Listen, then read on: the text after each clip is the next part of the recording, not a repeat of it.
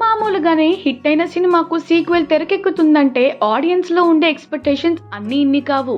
తొలి పార్ట్కు మించి sequel part ఉంటుందని ఎగ్జైట్మెంట్తో ఎదురు చూస్తుంటారు. కాగా అలాంటి అంచనాలతో రూపొందుతున్న సినిమానే డబుల్ ఇస్మార్ట్.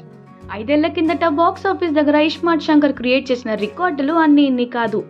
ఇప్పటికీ కూడా టాలీవుడ్లో టాప్ 10 మోస్ట్ ప్రాఫిటబుల్ మూవీస్ లిస్ట్లో ఇదొకటి. అప్పటి వరకు లవర్ బాయ్ రోల్స్లో అద్దరుగొట్టిన రామ్ పోతినేని తొలిసారి మాస్ క్యారెక్టర్లో ఇరగదీశాడు. ఈ సినిమాతో రామ్ మాస్ ఆడియన్స్లో విపరీతమైన క్రేజ్ వచ్చింది. అంతేకాదు, ఈ సినిమా తర్వాత రామ్ కథల ఎంపికల్లో కూడా చాలా చేంజెస్ వచ్చాయి. అదే క్రేజ్తో డబుల్ ఇస్మార్ట్ను స్టార్ట్ చేశారు గతేడాది జూలైలో. సెట్స్ మీదకు వెళ్లిన double iSmart back to back schedules సర్వేగంగా షూటింగ్ కంప్లీట్ చేసుకుంటుంది.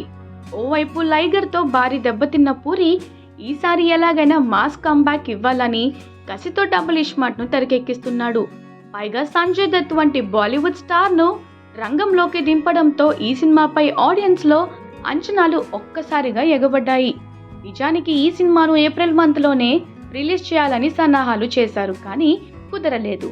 ఇక ఇదిలా ఉంటే తాజాగా మేకర్స్ ఈ సినిమా నుండి హ్యూలాప్టా పాట ప్రోమోని రిలీజ్ చేశారు.